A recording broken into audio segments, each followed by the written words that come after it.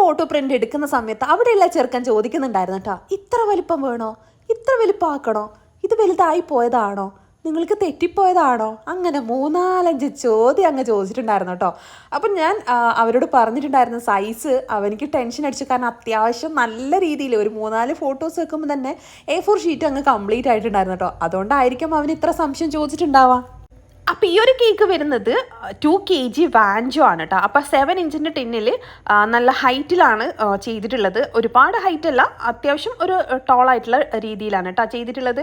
അപ്പോൾ ഇത് എൻ്റെ കോളേജ് മേറ്റിൻ്റെ ഫാമിലിയിലോട്ടേക്ക് തന്നെയാണ്, അവരുടെ കല്യാണത്തിന്, ബ്രദറിൻ്റെ കല്യാണത്തിന് വേണ്ടിയിട്ടാണ് കേട്ടോ. അപ്പോൾ ഈ ഒരു കേക്ക് വരുന്നത് നമ്മുടെ വാഞ്ചോ ആയതുകൊണ്ട് തന്നെ ക്രം കോട്ട് ചെയ്തിട്ട് നന്നായിട്ട് സെറ്റാക്കാൻ വെച്ചു. ടോളായിട്ടുള്ള കേക്ക് ആകുമ്പോൾ എപ്പോഴും ക്രം കോട്ട് ചെയ്തിട്ട് നന്നായിട്ടൊന്ന് സെറ്റ് ആവണം കേട്ടോ. പിന്നെ വൈറ്റ് ക്രീമിലാണ് നമ്മൾ ഫൈനൽ ഫിനിഷിങ് ചെയ്യുന്നത്. കാരണം ഇതൊരു ഗ്രൂം ടു ബി കേക്കാണ്. ഇവരടുത്ത് തന്നെ വെഡ്ഡിങ് കേക്കും എനിക്ക് തന്നെയാണ് കിട്ടിയിട്ടുണ്ടായിരുന്നത്. അപ്പോൾ ഇത് ഗ്രൂം ടു ബി തലേന്ന് കൊണ്ടുപോയി.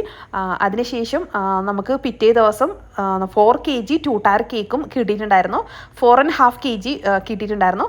അപ്പോൾ ആ ഒരു കേക്കും ഒക്കെ നമ്മളടുത്ത് തന്നെയാണ് കേട്ടോ. അപ്പോൾ അധികവും നമ്മുടെ കോളേജ് മേറ്റ്സും സ്കൂൾ മേറ്റ്സും നമ്മുടെ ഫാമിലീസിനും ഫ്രണ്ട്സിനും അതർ ആൾക്കാരും ഒക്കെ മാഷാ അല്ലാ ഒരിക്കൽ വാങ്ങിക്കഴിഞ്ഞാൽ രണ്ടാമത് വീണ്ടും വീണ്ടും വാങ്ങുന്നുണ്ട്.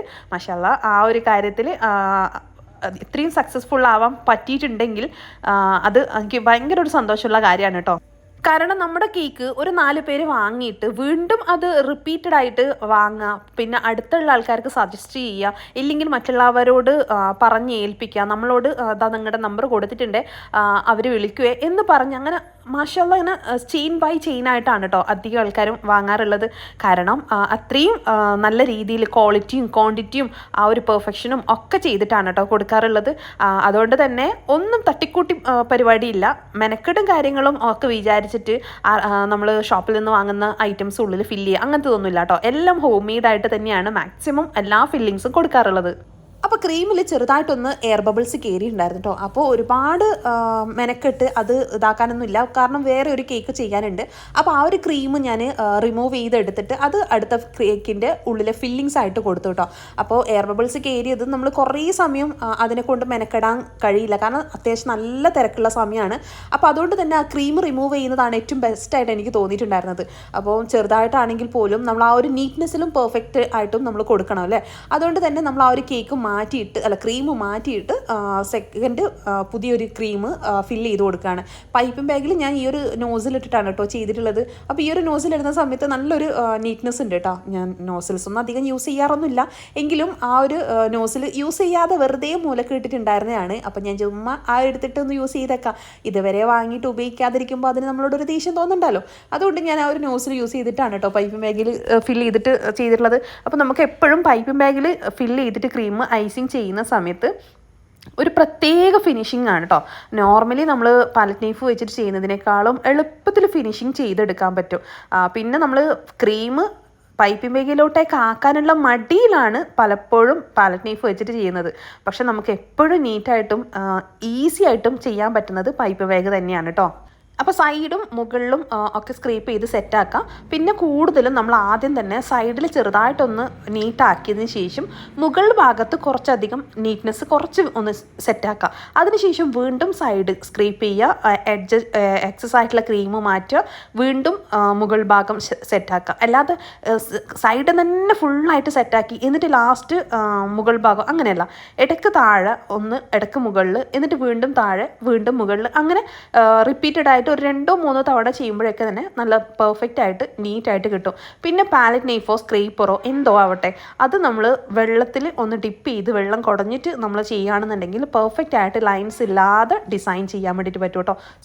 സ്ക്രേപ്പ് ചെയ്യാൻ വേണ്ടിയിട്ട് പറ്റും. ഷാർപ്പ് എഡ്ജും നല്ല നീറ്റായിട്ട് കിട്ടും. എപ്പോഴും നമ്മുടെ സ്ക്രേപ്പറും കാര്യങ്ങളൊക്കെ പിടുത്തത്തിൽ അതൊന്ന് ശ്രദ്ധിച്ചേക്കണേ. അപ്പോൾ ഇതാണ് നമ്മൾ ഗ്രൂം ടു ബിയുടെ ആ ഒരു ഫോട്ടോ പ്രിൻറ്റ് വരുന്നത്. അപ്പം ചെറിയ രീതിയിലൊന്ന് താഴെ ഒന്ന് മടക്കി വെച്ചിട്ടുണ്ട് കേട്ടോ. അപ്പോൾ അത് ഒരുപാടങ്ങ് കോണ് പോലെ വേണ്ട എന്നുള്ള രീതിയിലാണ് ഞാൻ ഈ ഒരു രീതിയിൽ സൈഡിൽ താഴെ ബ്ലാക്ക് റിബണും കൂടെ കൊടുക്കുന്നുണ്ട്. അതും കൂടെ വരുമ്പം ആ ഒരു കോൺ ഷേപ്പ് ഒന്ന് കട്ട് ചെയ്ത് കളയുകയോ അല്ലെങ്കിൽ മടക്കി കൊടുക്കുകയോ ചെയ്യാം. അപ്പോൾ അവർ പറഞ്ഞിട്ടുണ്ടായിരുന്ന ഫോട്ടോയിൽ ഇതുപോലെ തന്നെ പ്ലെയിൻ ആയിട്ടുള്ള ഒരു ഫോട്ടോ പ്രിൻറ്റും പിന്നെ റിബൺ ആ ഒരു സ്റ്റൈലും മാത്രമാണ് കേട്ടോ. അപ്പം ബ്ലാക്കും വൈറ്റും ആണ് പൊതുവേ ഗ്രൂം ടു ബിക്ക് കൊടുക്കാറുള്ളത്. ഫോക്സ് ബോളോ മറ്റുള്ള കാര്യങ്ങളോ ഒക്കെയാണ്, അല്ലെങ്കിൽ ബ്ലാക്ക് ക്രീം വെച്ചിട്ട്. അപ്പോൾ ഒരുപാട് ക്രീമും കാര്യങ്ങളും കളേഴ്സ് ചേർക്കുന്ന ആ ഒരു ഇത് അല്ല ഇത് ചെയ്തിട്ടുള്ളത്. അപ്പം നമ്മൾ നോർമലി ആ ഒരു റിബൺ ഫുള്ളായിട്ട് ചുറ്റിയിട്ട് നമ്മളെപ്പോഴും ഇതുപോലെ റിബൺസും കാര്യങ്ങളൊക്കെ ചെയ്യുന്ന സമയത്ത് ഒന്നിക്ക് നമ്മൾ ഫോട്ടോ പ്രിൻ്റ് വരുന്നതിൻ്റെ ഭാഗത്ത് തന്നെ വരുത്തുക. കാരണം ജോയിൻ ചെയ്ത സംഭവം കാണാതിരിക്കാൻ വേണ്ടിയിട്ട്. ഇല്ലെങ്കിൽ എപ്പോഴും ബാക്ക് സൈഡിൽ ചെയ്യാം. അതിനിടയിൽ അവിടെ ടച്ച് ആയി പോയിട്ടുണ്ടായിരുന്നു കേട്ടോ. പിന്നെ അതൊന്ന് ജസ്റ്റ് സെറ്റാക്കി. കാരണം നമ്മൾ ചെറിയ മൈന്യൂട്ടായിട്ടുള്ള കാര്യങ്ങളാണെങ്കിൽ പോലും അത് ഫോട്ടോ എടുക്കുന്ന സമയത്തും വീഡിയോസിൻ്റെ സമയത്തും നന്നായിട്ട് അത് എഫക്റ്റ് ചെയ്യും. ചെറിയ ഡാമേജ് ആണെങ്കിൽ പോലും അത് നന്നായിട്ട് എഫക്റ്റ് ചെയ്യും. അപ്പോൾ അതൊക്കെ ഒന്ന് സെറ്റ് ചെയ്തിട്ടുണ്ട്. പിന്നെ ഫോട്ടോ പ്രിൻറ്റ് നമ്മളത് സൈഡ് കട്ട് ചെയ്തെടുത്തു. എന്നിട്ട് കേക്കിനേക്കാളും ഒരു പൊടിക്ക് മേലോട്ടേക്ക് നിൽക്കണം കേട്ടോ. ഈ ഒരു ഡിസൈന് അങ്ങനെയാണ് ഞാൻ ചെയ്തിട്ടുള്ളത്. ചെറിയ രീതിയിൽ ചെയ്യുന്ന സമയത്ത് അതിന് വേറൊരു ലുക്കും, വലിയ രീതിയിൽ ഫോട്ടോ പ്രിൻറ്റ് വെക്കുന്ന സമയത്തിന് അതിന് വേറൊരു ലുക്കായിരിക്കും കേട്ടോ. അപ്പോൾ കേക്കും അതുപോലെ ഉള്ള ഹൈറ്റിലുള്ള കേക്ക് ആയിരിക്കണം, എങ്കിലേ പെർഫെക്റ്റ് ലുക്ക് കിട്ടുള്ളൂ കേട്ടോ. അപ്പോൾ കേക്കിന് എങ്ങനെയാണ് പെർഫെക്റ്റ് ആയിട്ടുള്ള സൈസ്, എങ്ങനെയാണ് ഈ ഒരു ഫോട്ടോ പ്രിൻറ്റ് മാച്ചിങ് ആക്കുന്നത്, ഏതൊക്കെ സൈസിലാണ് ഫോട്ടോ പ്രിൻറ്റ് വെക്കേണ്ടത്, അങ്ങനെ പല കാര്യങ്ങളും ഉണ്ട് കേട്ടോ. അപ്പോൾ ആ ഒരു കാര്യങ്ങളൊക്കെ പഠിക്കണം എന്നുണ്ടെങ്കിൽ ഫോട്ടോ പ്രിൻറ്റ് മാത്രമല്ല കേക്കിൻ്റെ A to Z, കേക്കിൻ്റെ സ്പഞ്ച് തൊട്ടിട്ട് ഫില്ലിങ്സ് തൊട്ട് എല്ലാ കാര്യങ്ങളും ഇൻക്ലൂഡഡ് ആയിട്ടുള്ള ഒരു ക്ലാസ് നമ്മൾ പ്രൊവൈഡ് ചെയ്യുന്നുണ്ട്. Cake 2 tier, tall cake, photo print, അങ്ങനെയുള്ള A to Z font and ഡെക്കറേഷൻസും ഒക്കെ നമ്മളതിൽ ഇൻക്ലൂഡഡ് ആണ് കേട്ടോ. അപ്പോൾ അതിന് വേണമെന്നുണ്ടെങ്കിൽ ബേക്കിംഗ് ക്ലാസ്സിന് താല്പര്യമുണ്ട് എന്നുണ്ടെങ്കിൽ ഇതാ സ്ക്രീനിൽ കാണുന്ന നമ്പറിൽ കോൺടാക്ട് ചെയ്യാം, മെസ്സേജ് അയക്കാം. മാക്സിമം വാട്സപ്പിൽ ശ്രദ്ധിക്കുക കേട്ടോ. കോള് ചില സമയത്ത് എടുക്കാൻ വേണ്ടിയിട്ട് പറ്റണമെന്നില്ല. അപ്പോൾ ഇതാണ് നമ്മുടെ കേക്കിൻ്റെ ഫൈനൽ ലുക്ക് വരുന്നത്. ആ മേലെ ഗ്രൂം ടു ബി എന്നുള്ള ആ ഒരു സ്റ്റിക്കും കൂടെ ഒരു സ്റ്റിക്കിൽ കുത്തിയിട്ട് നമ്മൾ വെച്ചിട്ട് കൊടുത്തിട്ടുണ്ട്.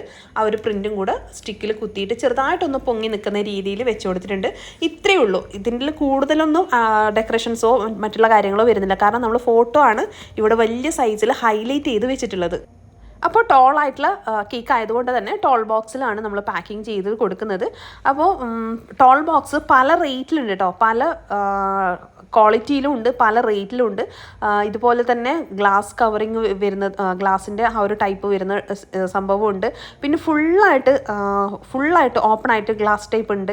അങ്ങനെ ഡിഫറെൻ്റ് ആയിട്ടുള്ള ബോക്സസുകളും ഉണ്ട് കേട്ടോ. അപ്പോൾ പലതിനും പല റേറ്റാണ്. 60, 70, 80, 50 അങ്ങനെ പല റേറ്റിലോട്ടാണ് കേട്ടോ വരുന്നത്. അപ്പോൾ നമ്മളൊരു സ്റ്റിക്കും കൂടെ നമ്മുടെ ഒരു നൈഫും നമ്മുടെ ലോഗോയും കൂടെ ഒന്ന് സെറ്റ് ചെയ്തിട്ട് കൊടുത്തിട്ടുണ്ട്. അപ്പോൾ ക്ലാസ് വേണ്ട ആൾക്കാർ കോൺടാക്ട് ചെയ്യുക. അപ്പോൾ നമ്മുടെ വീഡിയോ ലൈക്ക് ചെയ്യുക, ഫോളോ ആൻഡ് സബ്സ്ക്രൈബ്.